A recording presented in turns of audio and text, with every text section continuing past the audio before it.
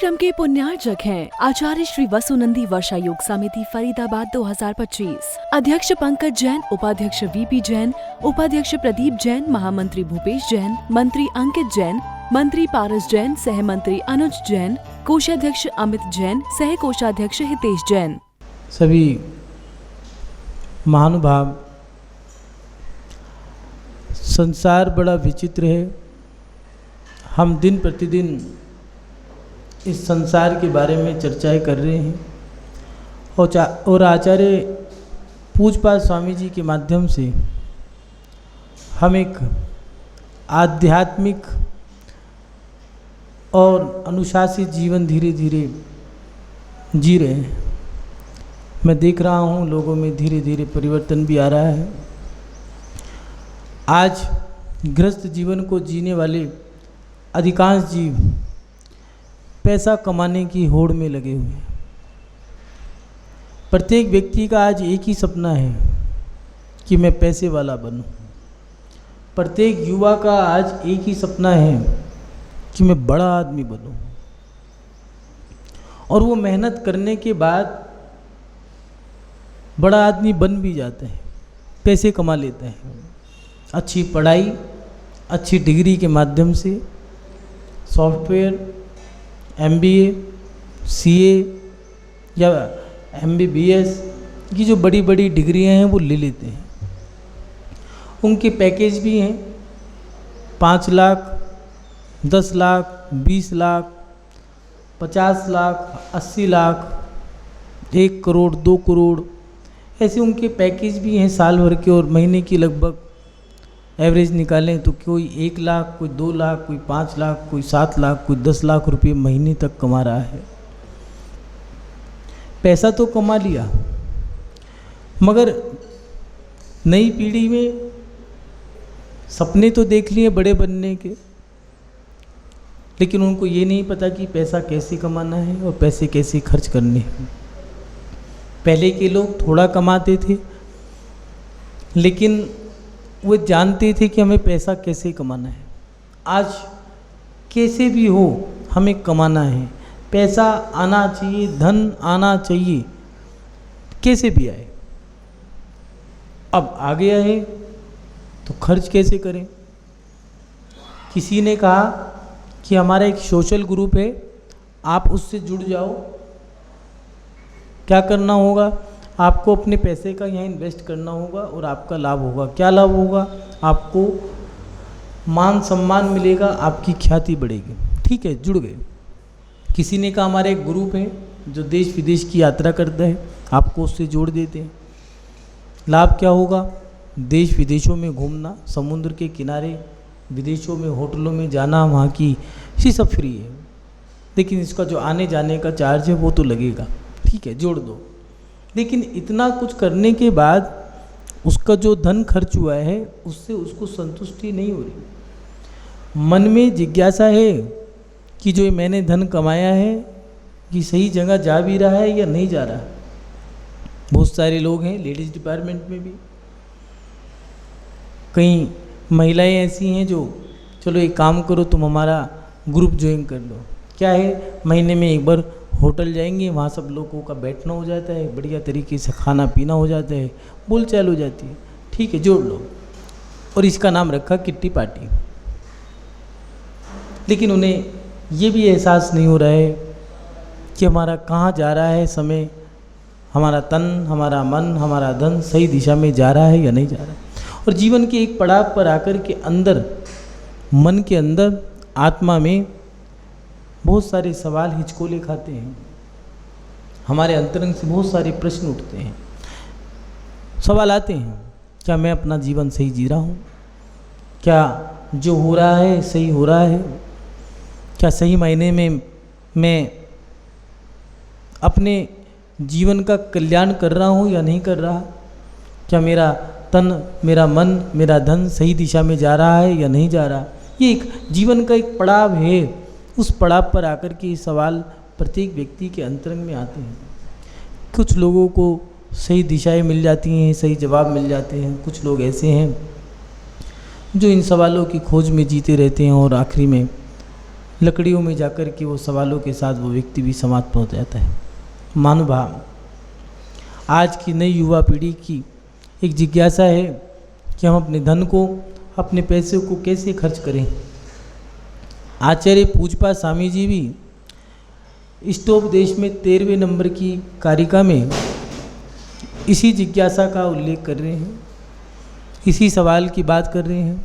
एक बार देख लें वो क्या लिख रहे हैं। आचार्य पूजपा स्वामी जी लिख रहे हैं, दुर्जेनासुरक्षेण नश्वरेण धनादिना स्वस्थम मन्या जनाकोपि जर्वाणि सर्पिचा।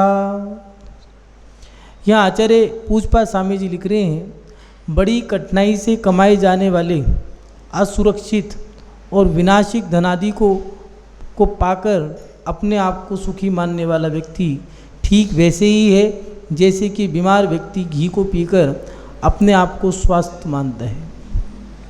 आचार्य पूजपा स्वामी जी लिख रहे हैं कि बड़ी कठिनाई से जो कमाने वाला जो आपने धन इकट्ठा किया है वो असुरक्षित है। लोगों में एक डर रहता है। धन मात्र पैसा ही नहीं होता। धन का मतलब 10 प्रकार की बातें बताई हैं। स्वर्ण, रजत, दासी, दास, कुप्य, भांड, क्षेत्र, वास्तु, धन, धान्य, ये सारी चीज़ें हमारी सामग्री है। बच्चे तो हो गए लेकिन डर लगा रहता है बेटी का कि बेटी सही दिशा में जा रही है या नहीं जा रही, बेटा बिगड़ तो नहीं रहा, नौकर नौकरानी कोई दूसरा ना हथिया ले, मकान दुकान व्यापार कोई कब्जा ना कर ले। डर लगा रहता है, बड़ी कठिनाई से मिलता है, असुरक्षित है, विनाशिक है, नष्ट होगा नियम से। और धन आदि को पाकर अपने आप को सुखी मान लेते हैं कुछ लोग। उदाहरण दे रहे हैं, जैसे कोई व्यक्ति रोगी है तो रोगी व्यक्ति बढ़िया से घी और घी के बड़े पकवान जैसे मालपुआ, घी का हलवा खा रहा है और वो सोच रहा है कि मैं तो और ज़्यादा खा रहा हूँ, ठीक हो जाऊँगा, लेकिन धीरे धीरे वो अस्वस्थ होता है, बीमार होता जा रहा है। देखना, जब भी कोई रोगी होगा, वैद्य, चिकित्सक, डॉक्टर उसको पहले ये बोलेंगे कि आपका घी नमक तेल बंद, पहले पेट के अंदर जाने की चीज़ों को रोको। अब बिना मसालों के क्या खाओगे? जब घी और मसाले बंद कर दिए, अंदर का पेट खाली हो गया, अतिसार जिसको कहा है, पेट साफ होगा, धीरे धीरे रोग ठीक होगा।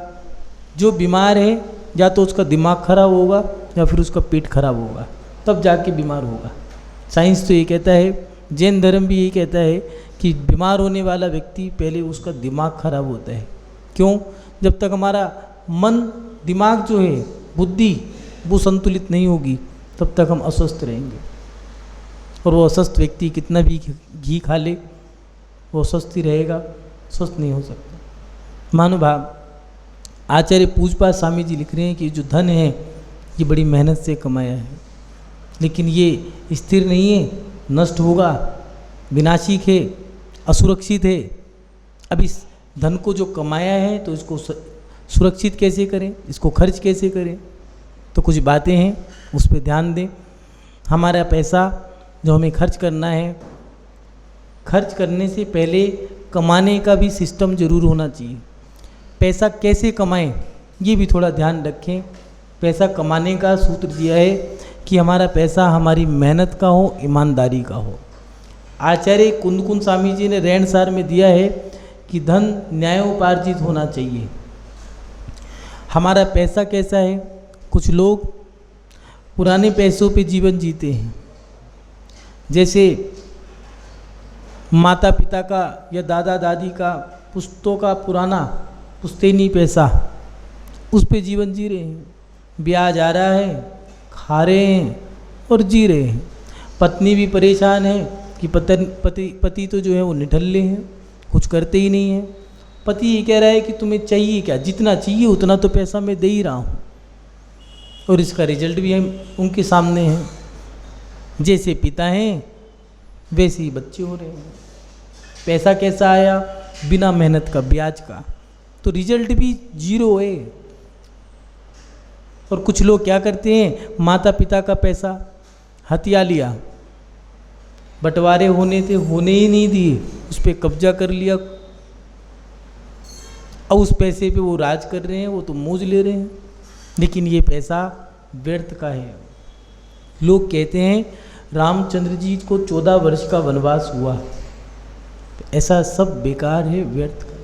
आचार्य रविशंकर स्वामी जी ने पद्म पुराण में दिया है कि महाराज दशरथ ने जब कैकेयी को एक वरदान मांगा था उसने कि तुम तो जा ही रहे हो और मेरा बेटा भी दीक्षा ले लेगा, मैं कैसे जीऊँगी, तो क्या करूँ। तो उन्होंने कहा राम की जगह भरत को राज्य दे दो, जिससे वो गद्दी से बंध जाएगा, तो वैरागी है वो घर में रुक जाएगा। दशरथ को बड़ा धक्का लगा इस मुँह को देख करके कि मुँह कैसा होता है, न्याय अन्याय यही नहीं भेद करने देता कि राम बड़ा है और राज्य तो बड़े को ही मिलना चाहिए। बड़ा दुख हुआ, विलाप भी किया संसार की दशा को देखकर, और बाद में निर्णय किया ठीक है जो करना है करो, राज्य भरत को दिया और चले गए।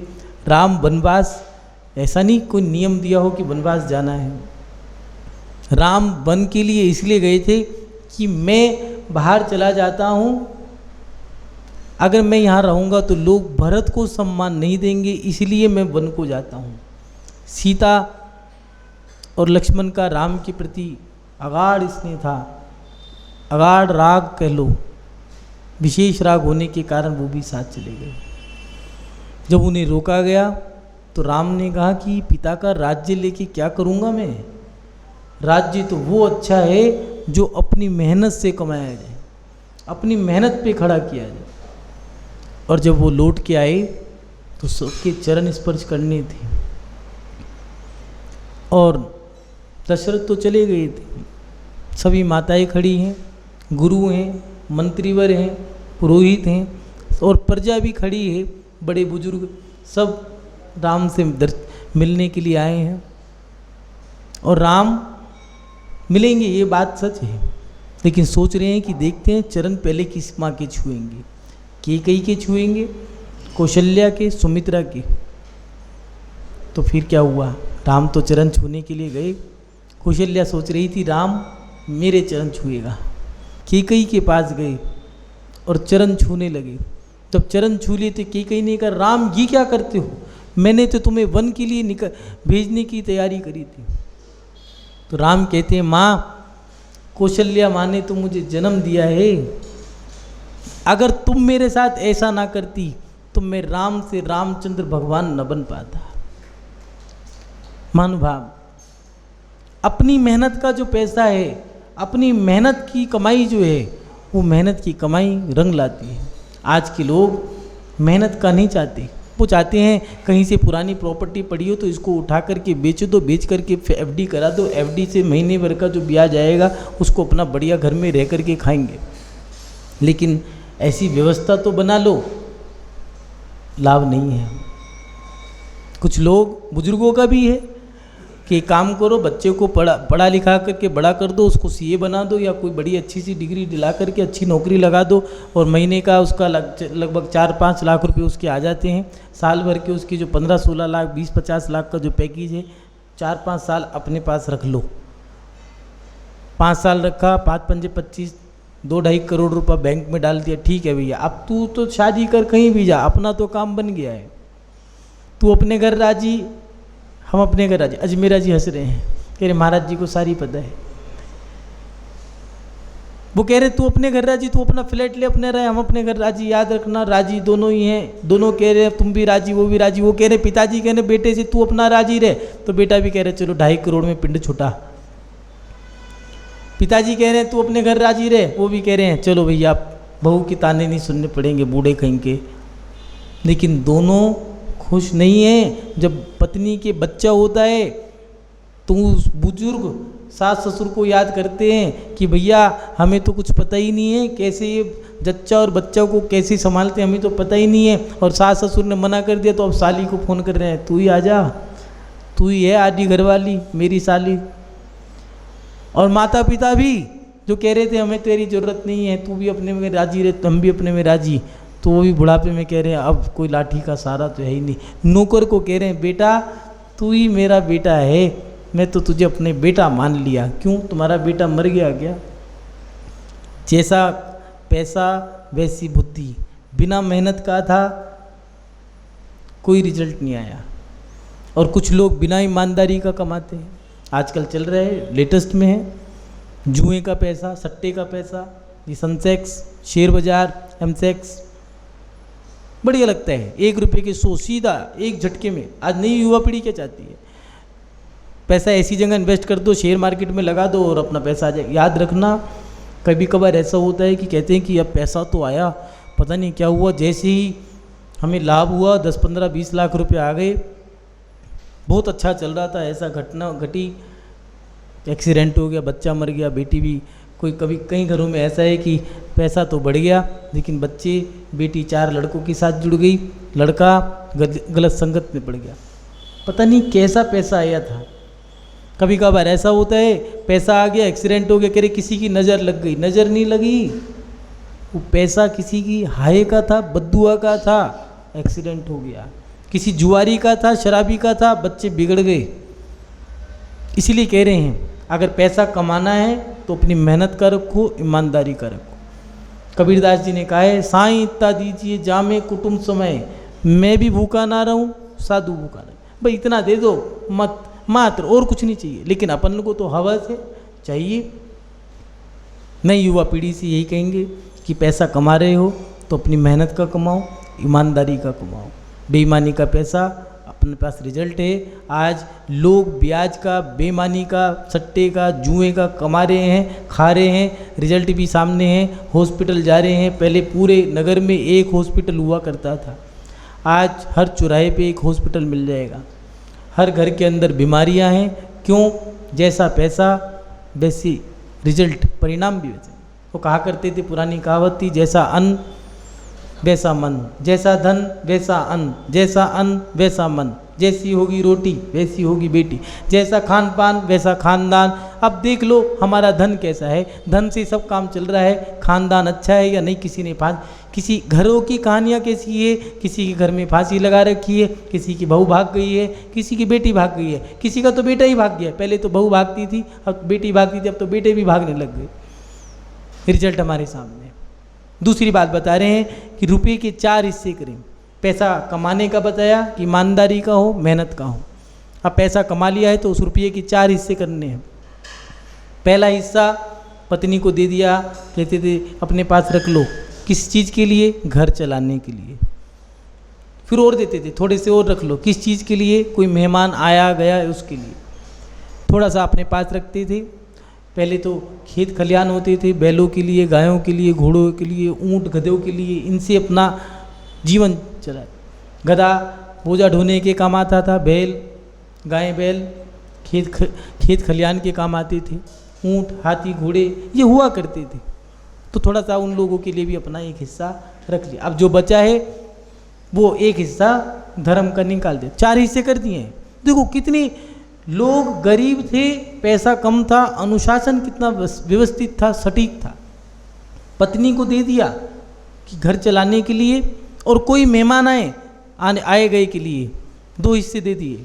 तीसरा हिस्सा ईमानदारी से अपने पास रख लिया। और चौथा हिस्सा, सुनो, ये एक जो 100 रुपये आए हैं, ये 25 रुपये तुम रोज़ निकालते हो, किस चीज़ के लिए निकालते? ये ठाकुर जी ने दिया है, भगवान की कृपा से आ रहा है। कई घरों में गुल्लकें हुआ करती थी। सुबह उठते के साथ ही कोई 1 रुपया, कोई 58, कोई 54, कोई 10, कोई 20। ये मंदे ज़माने की बात कर रहे हैं। उस समय तो एक आना ही बहुत हुआ करता था। 2 रुपये की तो तनख्वाही हुआ करती थी। 25 पैसे का 1 सेर तो घी हुआ करता था। 1 बीघा ज़मीन ही 58, 54 की तो 1 बीघा ज़मीन ही मिलती थी। और बड़ी मंदे ज़माने की बातें हैं। घर घर के अंदर गुल्लक हुआ करती थी। 3 गुल्लक होती थी। सुबह उठते के साथ ही सबका नियम था, कुछ ना कुछ सबको डालना है। कोई 10, 20, 58, 54 रुपया, जो भी जैसा हो। और सेठ जी हैं तो कोई क्या पता 5 रुपये 10 रुपये डाल दें। वो बड़े पहले डालते थे, क्यों? हम डालेंगे तो बच्चे डालेंगे। और कोई व्यक्ति मंदिर का चंदा मांगने आया, ठीक है, गुल्लक फोड़ी, उस पर लिखा था देव, डाल दो। भाई साहब ये अपने हमारे पास रखा है, मुट्ठी बीच के दे दिया। कोई मुनि महाराज या उनके पास दर्शन करने यात्रा करने जाते थे तो दोनों गुल्लक फोड़ के पैसे रख लिए और कहते थे वहाँ जाके ब्रह्मचारी भैया से, भैया मुनि महाराज यात्रा करते हैं, ये हमारा लगा देना ज्ञान दान में, आहार दान में, उनकी यात्रा में। हो गया काम। कितना व्यवस्थित था हमारा जीवन। लेकिन आज हमने क्या करा, इसको आचार्यों ने कहा है 1 रुपये का एक हिस्सा धर्म की निकालना होगा, माने 25% निकालना होगा। मत निकालो। कुछ लोग नहीं निकालते, नहीं निकालो, क्या जाएगा, निकलेगा जरूर। धर्म का हिस्सा धर्म को दे दो, नहीं तो हॉस्पिटल जाना पड़ेगा। अब खाल उधेड़ के निकलेगा, डॉक्टर ने बोल दिया बाईपास सर्जरी होगी, ऑपरेशन भी बोल दिया है। अब वो कह रहे हैं कि कैंसर है, आपको ऑपरेशन करना पड़ेगा। कैंसर का ऑपरेशन कर दिया और बाद में कह रहे हैं कैंसर नहीं है। क्यों भैया, पूरा शरीर फाड़ दिया। वो कह रहे हैं अब तुम्हारे भाग्य में ही था तो हम क्या करें।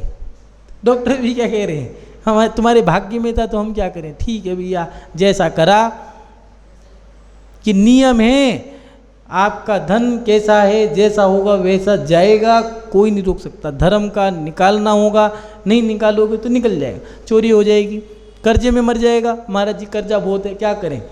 धर्म का नहीं दिया। आचार्यों ने कहा जितना कमाते हो उसका 25% एक हिस्सा, 4 हिस्से किए, एक व्यापार का, एक गृहस्थी का, एक जो कुटुंब परिवार लोक व्यवहार जो आया गया मेहमान कहते हैं उसके लिए अतिथि का, और तीसरा चौथा हिस्सा धर्म का दिया है। चारों के निकालने पड़ेंगे, 3 का निकाल लिया, चौथा कहाँ जाएगा भैया। ये सब कुछ तुम्हारी जो बपोती है ना, ये सब धर्म की बदौलत है अजमेरा जी, ये सब धर्म की बदौलत है। बाकी तुम्हें कुछ जो भी मिल रहा है ये सब धर्म से मिल रहा है। और जब धर्म को धोखा दोगे तो धर्म, अब कुछ लोग कहते हैं वह हमें पास होना था, भगवान ने हमारा साथ ही नहीं दिया, हमारे बच्चा होना था, हमारे बच्चा ही नहीं हुआ, अभिषेक कर करके थक गए, विधान कर करके थक गए। अरे भैया, जब तुमने धोखा दिया, आज भगवान ने दे दिया तो कोई बात नहीं। जब तुमने सुनी क्या, कोई कहा मंत्री अध्यक्ष के पास, मंत्री अध्यक्ष कहे भैया चंदा दे दो, मंदिर में विधान है बैठ जाओ, तुमने कहा टाइम नहीं है। अब तुम्हें संकट का समय आया, भगवान को याद करा तो उन्होंने भी कह दिया टाइम नहीं है। व्यवस्था व्यवस्थित है। मानुभाव, हमारा पैसा कमाने का जो तरीका है वो ईमानदारी का हो, मेहनत का हो। दूसरी बात, ये पैसा खर्च करना है तो उसको 4 भागों में डिवाइड करना पड़ेगा, 4 हिस्से करने पड़ेंगे। एक व्यापार का, एक घर का, परिवार का, कुटुंब का, और एक मेहमान का, अतिथि का, और चौथा हिस्सा धर्म का जो है वो ईमानदारी से निकालना होगा। नहीं निकालोगे तो कहीं कैसे भी कहीं से भी निकल जाएगा। और तीसरी बात जो दी है वो ये है कि हमारा धन हमारे जीवन यापन करने के लिए, जो आपका पैसा आया है वो अपने पैसों को आप अपनी जो जीवन है उसकी व्यवस्था व्यवस्थित की है। 6 आवश्यक क्रियाएं धर्म की बताई है, कुछ कर्म की क्रियाएं भी दी हैं। चूल्ही, चक्की, ओखली, झाड़ू, बुहारी, ये घर की क्रियाएं हैं महिलाओं की। व्यापारिक क्रियाएं हैं, गृहस्थियों की बहुत सारी क्रिया होती हैं, वो पुरुषों की भी दी है। हारी बीमारी, आना जाना, कुटुंब परिवार, इन सब के साथ आपको अपना जीवन जीना है। जो आपका पैसा है आपको धन अच्छी जगह लगाना है। ऐसा नहीं है उसको आप भोग विलासता में लगा दो। मनाया, घूमने चले गए, कहाँ जा रहे हो। पहले के लोग तो अतिशय क्षेत्र, सिद्ध क्षेत्र के दर्शन करने जाते थे। अब अपन लोगों ने क्या किया, घूमने जाना है, गोवा जाते थे, कोई विदेशों में जाते थे। लेकिन अब एक काम करो, घर वालों का प्रेशर बहुत है तो एक काम करो भैया, शिखर जी चले जाओ। हमने क्षेत्रों को घूमने या मौज मस्ती का स्थान बना लिया। पहले भी पदयात्रा होती थी, लेकिन यात्राएं अपने धन का सदुपयोग कैसे करते थे, यात्रा करने जाते थे, घर से निकलते थे। कुछ लोगों को सुना होगा कावड़ नाम की यात्रा चलती। कावड़ गाड़ी में बैठ के जाते क्या, सब लोग पैदल जाते देखा होगा आपने। ये जैन धर्म की परंपरा थी। यहाँ से पैदल चले और वहाँ तक पैदल जाना उसको कहा करते थे पद यात्रा। और वाहन से भी अगर जाते थे बैलगाड़ी घोड़ा गाड़ी से, तो उस गाड़ी पे अपना सामान रख करके नियुक्त करके फिर जाते थे। जितने मंदिर पढ़ते थे, चैतल्य पढ़ते थे, नव देवताओं के दर्शन करते हुए जाते थे। अरहम सिद्धाचार्य उपाध्याय साधु जिन धर्म जिनागम जिन चेते चेत। अब विचार करो, सब में चक्कर हो आए, लेकिन क्या वहाँ पर मुनि महाराज थे, आहार दान दिया। कभी कभार तो ऐसी स्थिति देखी हमने, मंदिरों में घंटे घंटे लगा देंगे, लेकिन त्यागी व्यक्ति चौके में आहार नहीं देते, चौका तक नहीं लगाता है। आचार्यों ने कहा है वो मिथ्या दृष्टि है और प्रतिमाधारी है और चौका नहीं लगाता, पड़घान नहीं करता है, तो उसको कहा कि नियम से प्रायश्चित लो, क्योंकि उसका तो अतिथि संविभाग व्रत है। और जो क्षेत्रों पे यात्रा करने गए हैं और यात्रा करने क्षेत्र पे जीवंत साधु हैं, उनके दर्शन भी नहीं करे तो यात्रा व्यर्थ है। पत्थरों की पूजा करके इतना नहीं मिलता जो चेतन और अचेतन तीर्थ का है, उनको साधु को चलते फिरते तीर्थ का है। लेकिन हम अपना पैसा लगा कैसे रहे हैं, पैसे का सदुपयोग करें, मौज मस्ती में ना लगाएं। आज के लोग बार, कैसीनो, डिस्को और नाइट क्लब, इन चीज़ों में अपना धन यूज़ करने लग गए हैं और उसका रिजल्ट है जैसे माता पिता, देखना माँ बाप ने शादी लव मैरिज करी है तो देखना बच्चा भी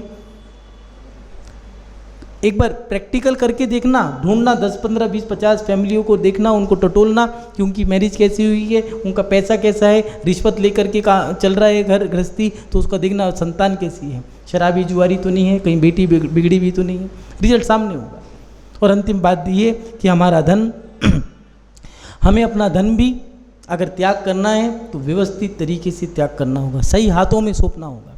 कुछ लोग माता पिता अपने धन पे कुंडली मार के बैठ जाते हैं, सांप की तरह कुंडली मार के बैठे हैं, बंटवारा ही नहीं करा है। आचार्यों ने कहा है कि आचार्य हो चाहे गृहस्थ हो, धर्म के क्षेत्र में, साधु के क्षेत्र में आचार्य हो और गृहस्थी के क्षेत्र में चाहे वो मुखिया हो घर का, दोनों को अपने पद उपाधि, ये कहा है कि आदि व्याधि हैं, इनका त्याग करना पड़ेगा, ये पद प्रतिष्ठा भी त्याग करनी पड़ेगी, तब जाके समाधि होगी, चाहे वो आचार्य हो चाहे घर के बुजुर्ग हों। और अगर आचार्य भी पद त्याग नहीं करते तो उनका मरण भी नहीं होता अच्छे से, और गृहस्थ भी अगर अपना बंटवारा व्यवस्थित नहीं करते, व्यवस्था जिसको कहते हैं वसीयत अगर नहीं करते तो उनका मरण भी नियम से बेकार ही होगा, देख लेना आप। और जो लोग व्यवस्थित तरीके से, ऐसा नहीं है बड़े को जिससे राग था उसको ज़्यादा दे दिया, जिससे कम राग था उसको कम दे दिया, नियम से उसका मरण बिगड़ेगा। क्यों? क्योंकि उसके जाने के बाद उन बच्चों में लड़ाई झगड़ा होगा। इसलिए कहा है कि पिता जो अपनी धन संपत्ति है उसको सब व्यवस्थित करके जाए, ये उसके जीवन जीने की शैली है। मानुभाव देखा गया है वर्तमान में भी, पीछे भी अगर इतिहास उठा के देखें तो रामचंद्र जी ने या भरत जी हों, उन्होंने जो रत्नों के जिन बिंब बनवाए, मंदिर बनवाए। इस कार्यक्रम के पुण्यार्चक थे आचार्य श्री वसुनंदी वर्षा योग समिति फरीदाबाद 2025, अध्यक्ष पंकज जैन, उपाध्यक्ष वीपी जैन, उपाध्यक्ष प्रदीप जैन, महामंत्री भूपेश जैन, मंत्री अंकित जैन, मंत्री पारस जैन, सह मंत्री अनुज जैन, कोषाध्यक्ष अमित जैन, सह कोषाध्यक्ष हितेश जैन।